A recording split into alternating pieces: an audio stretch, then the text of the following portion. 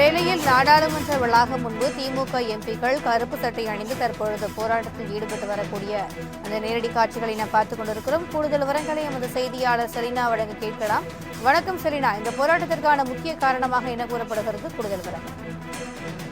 அதாவது தமிழக அரசுக்கு தேவையான எந்த நிதியும் மத்திய அரசு வழங்கப்படாமல் இருப்பதை ஏற்கனவே கண்டித்து தமிழகத்திலிருந்து முதலமைச்சர் மத்திய அமைச்சரையும் அதே போல பிரதமரையும் நேரடியாக சென்று சந்தித்து இந்த மழை வெள்ள பாதிப்பில் ஏற்பட்டிருக்கக்கூடிய அதனை சரி செய்வதற்கான நிதியினை வழங்க வேண்டும் என்று கோரிக்கை வைத்திருந்தார்.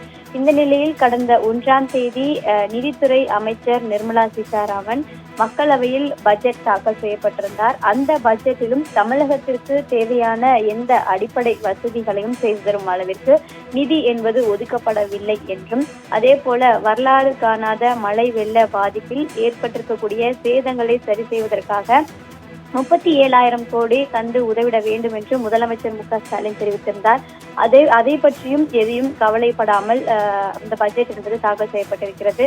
அதே போல மதுரை எய்ம்ஸ் உள்ளிட்ட தமிழகத்தின் வளர்ச்சி திட்டங்களுக்கும் உரிய நிதி ஒதுக்கிடாதது குறித்தும் இடைக்கால பட்ஜெட்டில் எந்த அறிவிப்பும் வரவில்லை என்பதனை கண்டித்து முதலமைச்சர் மு க ஸ்டாலின் ஏற்கனவே அறிவிப்பு வெளியிட்டிருந்தார்.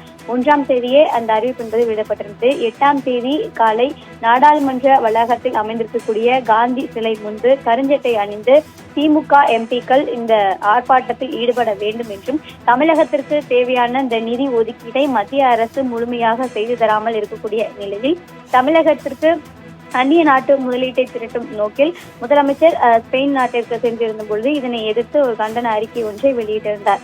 அதன் அடிப்படையில் இன்று நாடாளுமன்ற வளாகத்தில் நாடாளுமன்ற குழு தலைவர் டி.ஆர். பாலு தலைமையில் இந்த ஆர்ப்பாட்டம் என்பது நடைபெற்று வருகிறது. அனைவரும் கருஞ்சட்டை அணிந்து ஆர்ப்பாட்டத்தில் கலந்து கொண்டிருக்கிறார்கள். அதே போல தமிழகத்திலும் கூட இன்று கம்யூனிஸ்ட் கட்சியின் சார்பாக ஆர்ப்பாட்டம் என்பது மத்திய அரசை கண்டித்து நடைபெற்று வருகிறது. அதிலும் திமுக உள்ளிட்ட தோழமை கட்சிகள் கலந்து கொள்ள வேண்டும் என்ற அழைப்புகளில் விடுக்கப்பட்டிருந்தது. அந்த வகையில் தற்பொழுது மத்திய அரசை கண்டித்து நாடாளுமன்ற வளாகத்தில் அமைந்திருக்கக்கூடிய காந்தி சிலை முன்பு திமுக நாடாளுமன்ற குழு தலைவர் டி.ஆர். பாலு தலைமையில் அனைத்து நாடாளுமன்ற உறுப்பினர்களும் இந்த ஆர்ப்பாட்டத்தில் கலந்து கொண்டிருக்கிறார்கள். குறிப்பாக பார்த்தோமென்றால் குடியரசுத் தலைவர் தவறிழைத்ததற்கும் ஆளுநரை கண்டிக்க வேண்டும் என்பது குறித்தான கோஷங்களையும் எழுப்ப வேண்டும் என்று அந்த அறிக்கையில் குறிப்பிட்டிருந்தது.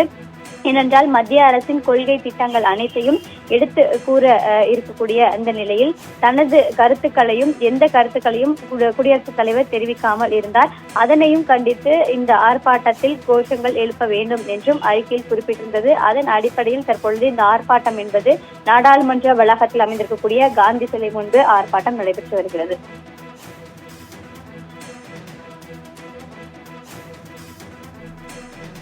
விரிவான தகவல்களுக்கு நன்றி செலினா.